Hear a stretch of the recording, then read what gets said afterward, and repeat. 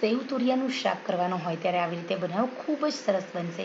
નવી નવી રસોઈ શીખતી બહેનો અને સાથે જે લોકો હાઉસવાઈફ છે એમના માટે પણ આ ખૂબ જ ઉપયોગી છે. જે વર્કિંગ વુમન છે એમના માટે પણ આ સબ્જીની રીત ખૂબ જ ઉપયોગી છે. આ રેસીપી એવી છે કે જે તમારો સમય, ગેસ અને બધી બચત કરે છે. તો ચલો ફટાફટ આપણે સેવ તુરિયાનું શાક કેવી રીતે બનાવવું. અહીંયા આપણે તુરિયાને આવી રીતે છાલ ઉતારી અને ગોળાકારમાં કટિંગ કર્યા અને પછી વરાળે પ્રેશર કુકરમાં દાળ ભાત અને શાક ઉપરા ઉપરી આપણે બાફતા હોય એમ બાફી લીધા છે.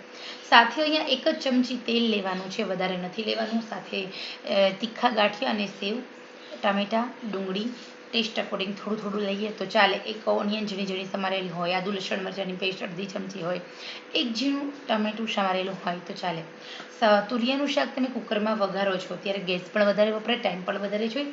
અહીંયા તમે દાળ ભાત કુકરમાં ઉપરા ઉપરી જે કુકરના ખાનામાં બાફો છો એકદમ મીડિયમ આંચે, તો ઉપર જે પ્લેટ ખાલી રહેતી હોય એમાં આવી રીતે કોઈ પણ શાક તમે બાફી શકો છો. તો અહીંયા આપણે એ જ રીતે બનાવ્યું છે શાક અને હવે આપણે એનો વઘાર કરીશું. તમે આવી રીતે કરશો તો એના પોષક તત્વો જળવાઈ રહે છે. વરાળે બાફવાથી એના પોષક તત્વો જળવાઈ રહે, સાથે સાથે આપણા સબ્જીમાં ટેસ્ટ પણ વધારે સારો આવે છે અને આપણી રસોઈ સરસ બને છે, ઇઝીલી બને છે. હવે અહીંયા આપણે જીરાથી આ શાકનો વઘાર કર્યો, આદુ લસણ મરચાંની પેસ્ટ ઉમેરી દીધી, હિંગ ઉમેરી દીધી અને પછી આપણે ટામેટાં સાંતળી લીધા છે. તમે આની અંદર ડુંગળી પણ થોડી સાંતળી અને એડ કરી શકાય છે. તો હવે ટામેટાં મેં એકદમ મસ્ત મજાના સાંતળી લીધા છે. આદુ મરચાં અને લસણની પેસ્ટ સંતળાઈ ગઈ છે. ત્યાર પછી આપણે એમાં હળદર ઉમેરીશું. અહીંયા આપણે 500 ગ્રામ તુરિયા લીધા છે. તુરિયા ચડે ને એટલે એકદમ ઓછા થઈ જાય, તો તમે એ જ રીતે લેજો છો. આપણે 500 ગ્રામ તુરિયાની અંદર છાલ નીકળી જાય, સાથે તુરિયા એકદમ ચડે એટલે ઓછા થઈ જતા હોય છે. તો અહીંયા તમારે 2 થી 3 વ્યક્તિને જમવું હોય તો 500 ગ્રામ તુરિયા અવશ્ય લેવાના. સાથે આપણે નમક ઉમેર્યું, લાલ મરચું ઉમેરી દઈશું, ગરમ મસાલો ઉમેરી દઈશું, હળદર તો આપણે પહેલેથી ઉમેરેલી છે. ગેસની આંચ એકદમ સ્લો ટુ મીડિયમ રાખવાની, જેના કારણે